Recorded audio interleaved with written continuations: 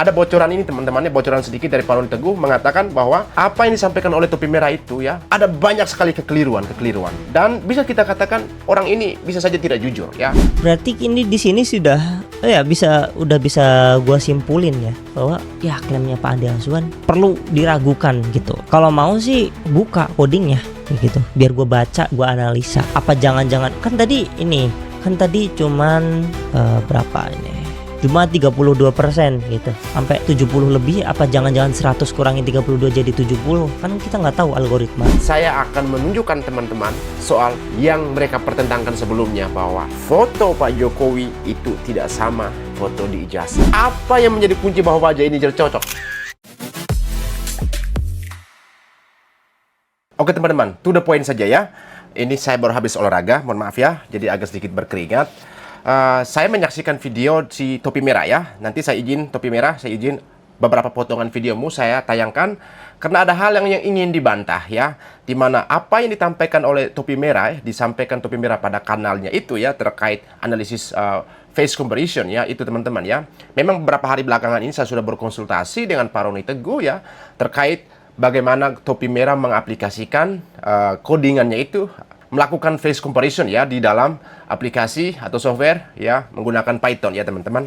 Tentu ada beberapa hal yang sudah saya pelajari dan belum bisa saya bagikan ini sedikit rahasia, agak sedikit hektik.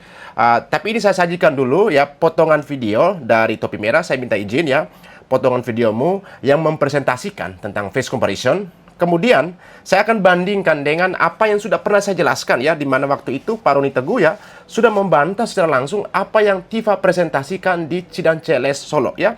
Bagaimana TIFA menggunakan ya neuroscience-nya untuk menganalisis wajah Pak Jokowi ya, pakai AI dengan keilmuan FACS ya. Dan saya sudah menemukan itu juga. Memang mohon maaf ya, belum sempat untuk saya membedah itu beberapa hal karena saya harus mempelajari secara keseluruhan apa yang ditulis oleh TIFA, dan jurnalnya sudah saya dapatkan ya. Nah, saya berpikir teman-teman, kita langsung saja melihat potongan si Topi Merah ini ya. Nanti kira-kira seperti apa bantahan dari Pak Roni Teguh. Oke, secara keilmuan ada bocoran ini teman-temannya, bocoran sedikit dari Pak Roni Teguh mengatakan bahwa apa yang dilakukan oleh Topi Merah itu ya, nanti pada segmen berikut atau episode berikut, mudah-mudahan Pak Roni Teguh bisa memberikan beberapa pengetahuan lain atau bantahan atau katakan pencerahan lah untuk Topi Merah ini ya. Nah, kita mengapresiasi itu Topi Merah sudah dengan effortnya seperti itu, tetapi ada hal yang kekeliruan. Tapi kata Pak Roni Teguh bahwa dia mungkin saja dia berbohong karena secara data sampelnya itu, secara yang namanya aplikasi ya, aplikasi menggunakan teori yang dia sampaikan itu soal konstruksi lah gitu, konstruksi apapun teori yang dia pernah paparkan di layarnya. Sebentar saya tayangkan itu ya sedikit dari Topi Merah itu. Kata Pak Roni Teguh bahwa itu belum sepenuhnya sempurna ya, belum sepenuhnya sempurna, atau dengan kata lain mungkin saja berbohong ya. Pak Roni sudah mengirimkan saya paper ya, saya sudah mempelajari dan saya melihat ternyata apa yang disampaikan oleh Topi Merah itu ya, ada banyak sekali kekeliruan dan bisa kita katakan orang ini bisa saja tidak jujur ya. Harusnya ya dia menampilkan banyak data itu apa nanti di episode berikut teman-teman ya. Pastinya kan saya tidak ingin mengecewakan teman-teman penonton semua ya, karena saya pasti menyajikan yang terbaik untuk teman-teman soal keilmuan ini ya, bagaimana membantah ya. Terkait Topi Merah ini teman-teman ya, teman-teman sudah tahu seperti apa bagaimana di effort terhadap Pak Roni Teguh dan Pak Joshua Sinembela. Jangan pernah kalian ragukan ya soal keilmuannya mereka. Nah, teman-teman langsung saja silakan simak potongan video dari Topi Merah ini, kemudian langsung sambung pada bantahan yang sebelumnya saya menjelaskan berdasarkan referensi dari Pak Roni Teguh terkait apa yang disampaikan Dr. Diva di sidang CLS Solo ya. Check it out. Sekarang gue mau nguji klaim Pak Andi Azwan ya, dan gue juga mau mengambil sampel-sampel dari orang lain juga, yang dimana banyak orang yang ngirimin ke gua ya. Ada beberapa orang yang ngirimin sampel ke gua, dimana foto mudanya dan foto tuanya kayak gitu. Dan itu katanya ketika verifikasi KTP banyak yang gagal. Oke, di sini gua mau nyoba ngerunning klaimnya Pak Andi Azwan yang sampai 72% gitu ya. ArcFace plus apa namanya, retina face. Jadi kalau misalkan mirip itu harusnya semua foto pun ya mirip kayak gitu. Nah di sini kita bisa lihat ada apa namanya 9 wajah terdeteksi dan ya nggak ada yang mirip. Thresholdnya pun udah gua turunin ke 50% karena gua berpikiran ininya jelek. Yang kedua 512 dimensi itu banyak banget kayak gitu. Oke, kita cari sampel lain ya. Foto wisudanya. Sama aja ya, nggak ada bedanya. Nggak ada yang mirip. Misalkan kita ambil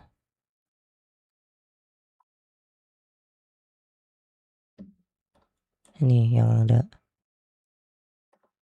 Nah, kalau misalkan dia itu mirip, kedetek kayak gitu. Tapi kalau misalkan nggak mirip ya nggak kedetek kayak tadi, cuma 30% itu gede apa besarannya. Nah, misalkan berarti ini di sini sudah ya udah bisa gua simpulin ya bahwa ya klaimnya Pak Andi Azwan perlu diragukan gitu.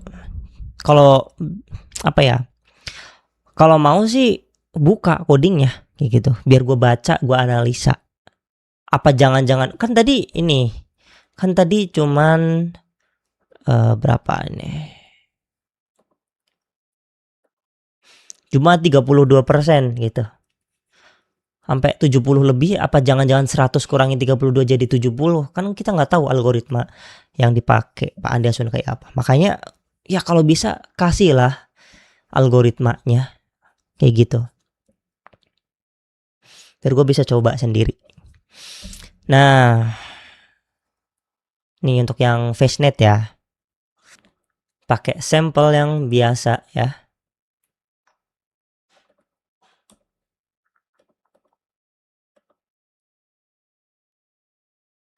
Oke, ini sekitar 71% ya. 0,71 itu 71%. Ini gua nggak kasih persenannya. Terus apa ya? Ini pas lagi foto mudanya, terus ini yang sekarang. Ini hasilnya 66 atau 67%. Ya ini apa ya? Sampel ketika yang tua dan yang muda kayak gitu ya. Nah, di sini ada salah satu apa ya, teman kita itu ngirimin foto. Bang, kasusnya ini adalah dia sering gagal verifikasi karena foto di KTP-nya itu berbeda ya. Foto yang sekarang karena udah tua gitu ya. Dan foto di KTP-nya itu masih ini inisialnya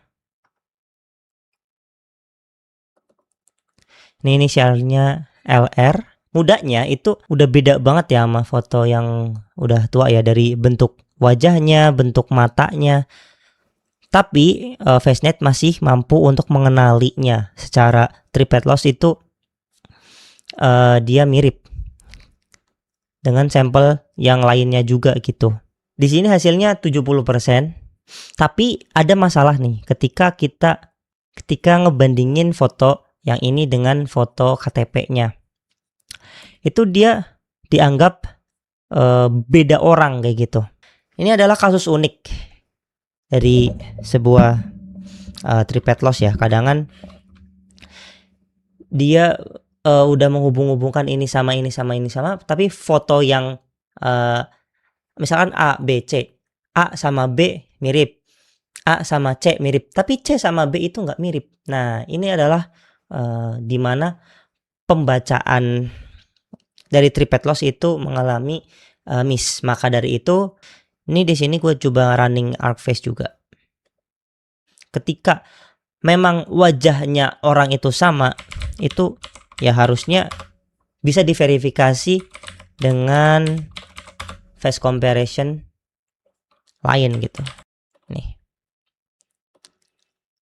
Ya bisa kalian lihat di sini hasilnya match gitu. Ketika orang yang sama wajah mudanya dan wajah tuanya itu berbeda, itu kan dipengaruhi dari beberapa ini ya, perubahan fisik ya terutama ya. Wajahnya makin gede atau mungkin makin gendut, matanya misalkan makin sipit atau makin lebar. Tapi embeddingnya atau core dari wajahnya, dari bentuk aslinya itu bisa digambarkan oleh yang kita anggap dimensi dari embeddingnya kayak gitu. Jadi si AI ini atau FaceNet dan ArcFace ini ya mereka bisa mendeteksi kayak gitu perubahan-perubahan atau kemiripan-kemiripan sesuai dengan algoritma yang mereka pakai. Kalau misalkan yang FaceNet itu enakan pakai satu face satu. Tapi gara-gara triplet loss itu ya kadangan ada beberapa sampel yang gak cocok, makanya kita butuh banyak sampel kayak gitu. Kalau yang ArcFace ini lebih cocok ke identifikasi gitu, bukan verifikasi.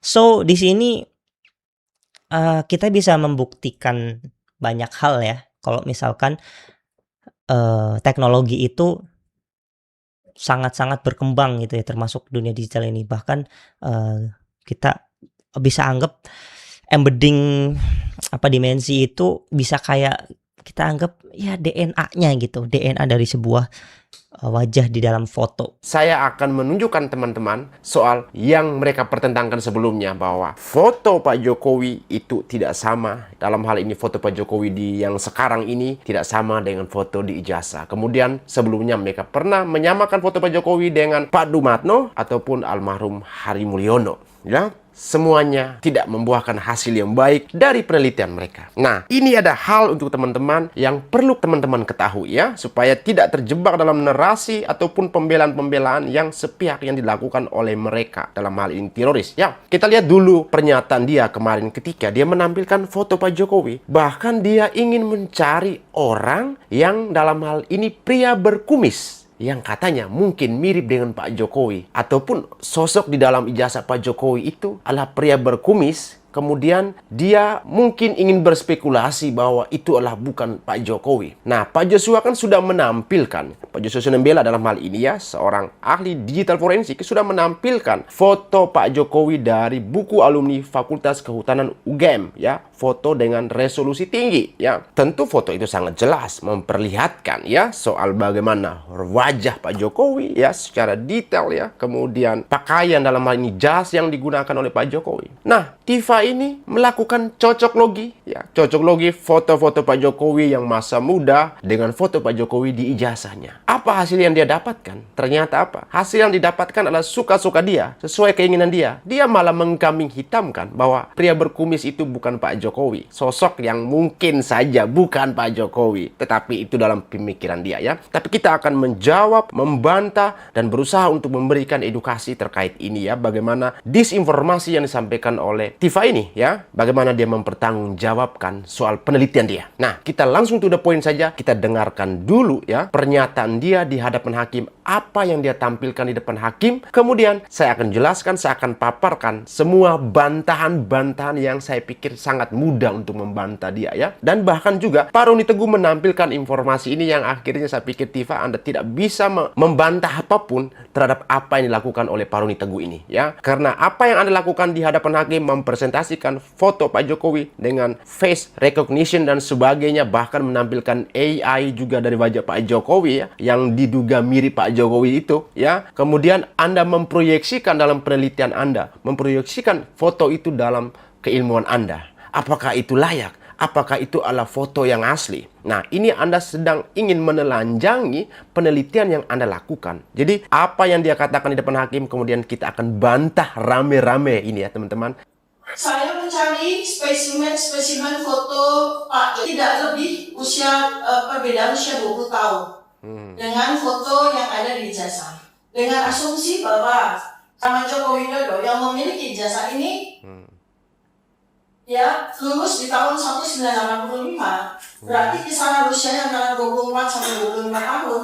Maka saya harus mencari foto yang kurang lebih mendekati Ternyata hasil dari ratusan foto yang diklaim sebagai foto dari Pak Joko Widodo mantan presiden, sulit sekali mendapatkan foto yang kurang lebih usianya sama.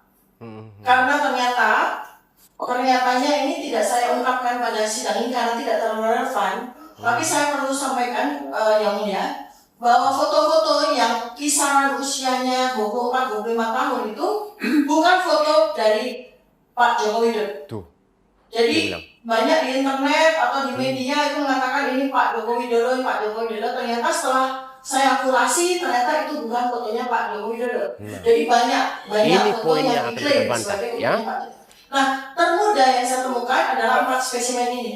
Di mana Spesimen. menurut perhitungan matematika, kisaran usia dari foto-foto ini antara 39 tahun hingga 42 tahun. Dia bisa memprediksi Artinya umur, ya. dengan matematika model, ketika Memang ahli kita prediksi komparasi ini antara orang. foto yang kurang lebih berusia yang bersangkutan dan foto itu berusia sekitar 25 tahun, maka kita masih diizinkan oleh matematika untuk mengkomparasikannya dengan foto yang usianya sekitar 15 tahun. Tadi kan udah Komparasi. Nah, ini teman-teman lihat ini. Tidak Ini akan berubah karena foto usia. Pak Jokowi, kita lihat. Berkaitan dengan Dia menggunakan struktur perbandingan anatomi morfologi dari tulang. antomorfologi, ya. Ya. memprediksikan supaya ini persidangan juga wajah bisa Pak menjaga Jokowi. dengan deskripsi keahlian. Di orang-orang yang mata atau bulatan mata yang paling dalam, ya, Oke. yang mulia, Dari itu matanya, artinya hidungnya, bibirnya. Bayesian berkata Aneh. memberikan simpulan berbeda sebesar 86,6% dengan foto-foto Presiden Joko Widodo manapun. Itu Penelitian luar yang ada di biasa. foto itu bukan Joko Widodo Ya. yang menjadi presiden tingkat tinggi. Saya harus menggunakan kalimat saintifik. Saintifik. Tadi Dalilnya saya sudah membuat saintifik. hipotesis 0 dan hipotesis 1. Hipotesis 0 mengatakan bahwa foto yang ada pada ijazah seseorang bernama Joko Widodo itu sama dengan foto dari mantan Presiden Joko Widodo. Ternyata Bayesian membuktikan sebaliknya. Bayesian membuktikan bahwa ada perbedaan sebesar 86,6%. Dari sini disimpulkan bahwa H0 atau hipotesis 0 patah. Yang tegak Hipotesis adalah 0 hipotesis patah. 1 secara saintifik. Artinya bahwa foto yang ada pada ijazah Joko Widodo berbeda sebesar 86,6% dengan foto-foto mantan Presiden Joko Widodo dengan Bayesian model realistik. Jadi bukan berarti valid Bayesian. Ya, tadi kan saya menggunakan foto usia kurang lebih sekitar jarak 4 tahun dan 30 usia 39 tahun. Ya, kan 15 tahun. Itu tidak saya kendalikan, aging itu saya kendalikan. Karena saya mau Masuk di membandingkan akal untuk saya antara jelaskan ke foto yang ada teman-teman, pada ya. ijazah ini dengan kuliah berbagai jurusan Ini apa foto dan AI loh, sebagainya. dianalisis Bisa loh. saja akan agak Penelitian mudah, macam apa ini? Misalnya, tapi ingatan-ingatan yang Facial benar-benar action bersifat coding system. geografis tidak akan pernah bisa hapus. Foto Jadi, AI dengan coba. perhitungan Bayesian matematika model, bagaimana epidemiologi Ini foto AI yang dianalisis. Bayangkan ya, kenapa nggak dia datang ke rumah Pak Jokowi gitu loh. Foto langsung wajah Pak Jokowi lalu dia gitu teliti langsung. Berani nggak gitu? Nah, terkait tadi ya, soal bagaimana ada perhitungan matematis yang dia lakukan ya, tentang anatomi, morfologi dan sebagainya, itu keahlian dia lah gitu loh. Karena bagi saya itu nggak terlalu masuk. Ini yang saya mau tunjuk ke teman-teman ya. Ada dua aplikasi yang dikombinasikan ya untuk menemukan kecocokan wajah ya, face matchingnya itu ya. Kalau sebelumnya Roy Suryo ya menggunakan cocok logi pakai aplikasi face recognition ya, itu sangat mudah lah di Google itu teman-teman bisa browsing salah satu foto kemudian dicarilah kotak face recognition, itu nanti akan menemukan foto yang sama. Nah, teman-teman perhatikan ke layar ya. Saya akan beberkan dulu keilmuan mengenai retina face model deteksi wajah ya, atau face detection ya. Itu adalah sebuah software yang canggih berlisensi open source atau MIT license yang sangat populer karena presisinya yang sangat tinggi ya. Di sini tentu menggunakan ya library Python ya, dan ini harus pakai coding. Tadi dia sempat Tifa bilang oh ada coding kode-kodenya dan sebagainya, tapi itu pakai AI ya, foto AI, bukan foto Pak Jokowi yang sesungguhnya ya, yang dia tampilkan itu pada slide terakhir kalau nggak salah tadi yang saya tampilkan. Nah, kita langsung bertolak ke apa itu retina face Dan yang kedua, apa itu arch face? Karena sebentar saya akan tunjukkan ke teman-teman apa yang dibeberkan oleh Pak Roni Teguh terkait apa yang dipresentasikan Tifa di Solo pada sidang CLS itu. Ternyata memang semuanya blunder. Karena apa? Apa yang dilakukan itu memang tidak masuk di akal, ya, tidak masuk di akal. Dia bilang Sokrates, Plato. Sokrates dan Plato itu menggunakan ilmu yang rasional, ya, bukan yang irasional. Atau dengan kata lain kita konversikan dalam suatu objek adalah objek nyata, objek yang asli, bukan yang fotokopi atau AI, ya. Nah, ini yang perlu teman-teman kita dalami secara keilmuan. Mungkin ini teman-teman yang belajar soal coding, ya, soal komputasi, itu pasti akan dengan mudah memahami ini, ya. Tapi kita bisa simplifikasi keilmuan ini, nanti sebentar saya akan tunjukkan hasilnya itu. Apa yang Tifa lakukan itu kita bandingkan dengan hasil yang Pak Roni Teguh lakukan dan menunjukkan bagaimana perbedaan yang sangat jauh. Retina Face, ya. Retina Face adalah salah satu model deep learning atau pembelajaran mendalam tercanggih untuk mendeteksi wajah atau face detection berbasis Python yang dikembangkan oleh proyek Insight Face, ya. Ini bukanlah aplikasi konsumen seperti FaceApp, melainkan pustaka atau library atau algoritma software yang digunakan oleh developer untuk mengenali lokasi wajah manusia dalam gambar atau video dengan sangat akurat, bahkan dalam situasi keramaian, cahaya rendah, atau posisi miring. Nah, ini apakah mereka bisa menggunakan aplikasi Retina Face ini? Satu aplikasi dulu, ya. Kalau kita kombinasikan bagaimana hasilnya, teman-teman lihat sebentar. Kita lanjut. Berikut ini detail mengenai Retina Face, ya. Pertama, apa yang dilakukan oleh Retina Face? Retina Face melakukan 3 tugas utama secara bersamaan atau multitask learning dalam satu langkah atau single stage. Yang pertama, deteksi wajah atau face detection, menemukan lokasi wajah dan menggambar kotak pembatas atau bounding box di sekitar wajah, ya. Yang kedua, penanda wajah atau landmark localization, mengenali 5 titik landmark wajah utama, mulai dari 2 mata, hidung, dan sudut mulut, ya. Sudut mulut di sini, ya. Ini 2 mata, hidung, kemudian sudut mulut. Itu cara kerja dari Retina Face. Yang ketiga, rekonstruksi wajah 3 dimensi, ya, atau 3D, membantu memproyeksikan wajah dalam ruang 3 dimensi untuk akurasi yang lebih tinggi, ya. Nah, apakah Dr. Tifa mereka memiliki gambar 3 dimensi? Nah, ini yang perlu kita pertanyakan. Malah mereka menampilkan foto AI, kocak dan rusak semua keilmuan yang mereka lakukan, ya. Nah, yang kedua inilah arch face, ya, atau sering salah eja sebagai arch face, ya, adalah salah satu model machine learning pembelajaran mesin paling populer dan canggih yang digunakan untuk pengenalan wajah atau face recognition dan pencarian wajah. Nah, secara teknis arch face adalah sebuah loss function atau fungsi kerugian bernama additive angular margin loss yang digunakan dalam jaringan saraf dalam atau deep neural network untuk membedakan wajah dengan sangat akurat. Nah, harusnya Tifa menggunakan ini. Harusnya dia menggunakan ini, ya. Harusnya. Kenapa dia tidak menggunakan ini? Dia malah menggunakan anatomi morfologi dengan hitungan matematis. Bagaimana Anda menghitung matematis wajah Pak Jokowi? Membagi ini hitungan sekian, angka sekian. Ini soal face detection, bukan soal hitungan matematis. Kalau hitungan matematis, saya pikir itu mungkin akan lebih kita menggunakan teori Fatal et al. Ataupun Mantiuk, ya, untuk menemukan beberapa titik ataupun seperti watermark, ya, kemudian lintasan merah ataupun emboss. Itu ada hitungan matematisnya yang diaplikasikan di dalam aplikasi JIMP atau JNU Image Processing.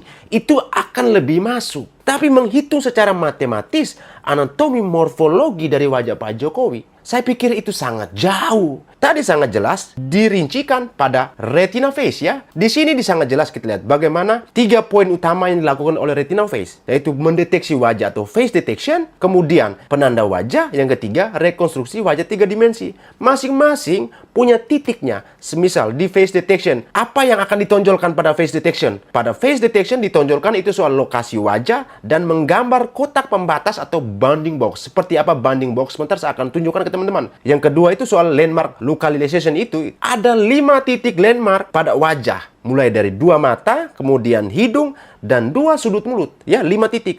Mata kiri, mata kanan, hidung, ya. Kemudian 2 sudut di mulut ini. Nah, itu poin dari yang Retina Face. Yang ketiganya itu soal rekonstruksi wajah menjadi 3 dimensi. Nanti sebentar saya akan tampilkan juga foto 3 dimensi, ya. Kita lihat pada arch face ini, teman-teman. secara teknis tadi sudah dijelaskan bahwa soal art face ini untuk loss function ya. Poin-poin mengenai art face ini, fungsi utamanya itu untuk mengambil dua gambar wajah sebagai input, mengubahnya menjadi embedding atau vektor fitur 5112 dimensi, dan menghitung jarak atau kemiripan di antara keduanya untuk menentukan apakah mereka orang yang sama ya. Gambar yang satu, gambar yang kedua dicocokkan ya. Apakah ini Pak Jokowi atau bukan. Terus keunggulan utama keduanya lah additive angular margin ya. Bagaimana art face memaksa embedding wajah yang sama untuk berkumpul atau compactness dan mendorong wajah yang berbeda untuk berjauhan atau interclass discrepancy ya secara angular. Hal ini menciptakan batas yang sangat jelas antar identitas bahkan untuk wajah yang belum pernah dilihat saat pelatihan ya. Nah, hal yang paling penting di sini bahwa akurasinya itu tinggi. Pada saat rilis, ArcFace mencapai akurasi 98,36% pada benchmark Megaface, menjadikan salah satu metode state of the art ya. Dan yang berikutnya adalah fleksibilitas arsitektur.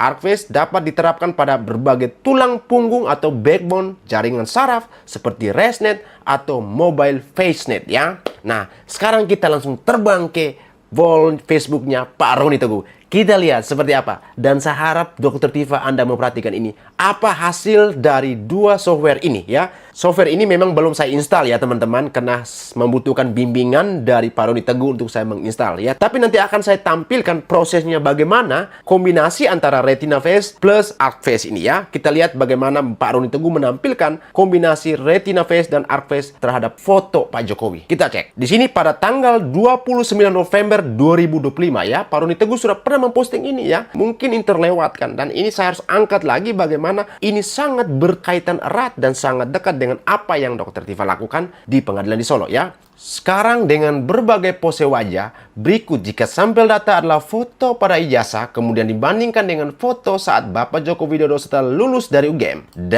Dengan metode pengenalan wajah, kita menemukan foto pada ijazah cocok dengan pose foto wajah dari saat beliau jadi pengusaha, wali kota, dan presiden.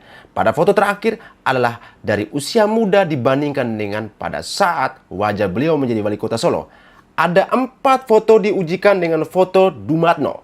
Silakan menilai sendiri dengan hati yang jernih ya. Kita lihat ini teman-teman, saya tampilkan. Sebelah ini adalah foto Pak Jokowi. Kemudian dicocokkan dengan foto Pak Jokowi. Ini kalau nggak salah menjabat sebagai wali kota Solo kalau nggak salah ya. Nah, lihat di sebelah sini ya teman-teman, match face preview, wajahnya cocok. Cocok ya, wajahnya cocok. Kita lanjut foto yang berikutnya. Sebentar, teman-teman lihat di atas ini ya, lihat di kursor warna merah ini, Retina Face plus ArcFace model face detection and verification ya. Ini yang hasil dari dua aplikasi yang dikombinasikan ya, diintegrasikan menjadi satu. Yang berikutnya, kita lihat. Ini masih dengan foto Pak Jokowi dari ijazahnya, kemudian mendeteksi wajah Pak Jokowi dengan sudut kemiringannya. Nah, apa itu bounding box? Bounding box ini adalah kotak di wajah di sini ya. Kotak di wajah ini. Kotak warna hijau ini teman-teman ya. Teman-teman lihat kotak warna hijau ini adalah bounding box-nya. Kemudian dia menyasar langsung pada landmark localization atau raut wajahnya itu ya teman-teman ya. Nah, apa yang terjadi di sini dengan foto ini? Wajahnya cocok. Cocok ya. Kemudian foto yang ketiga, kita lihat.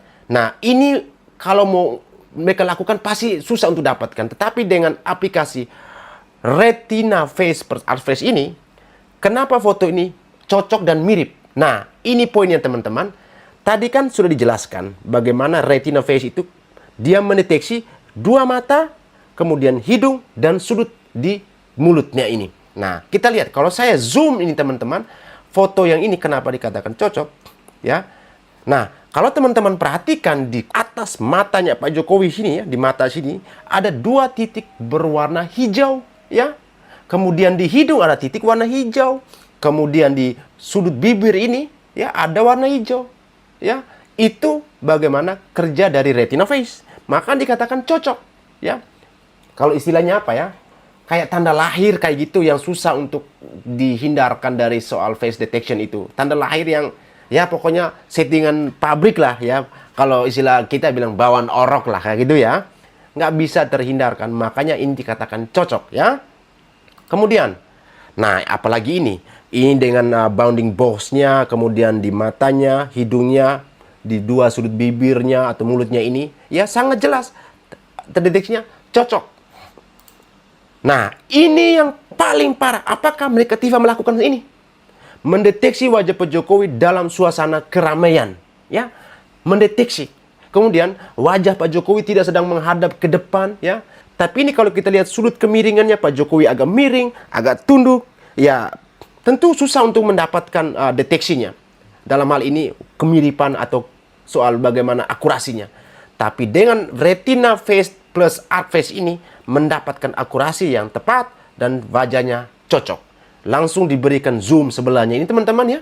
Langsung di zoom di sini dalam bounding box-nya itu ya.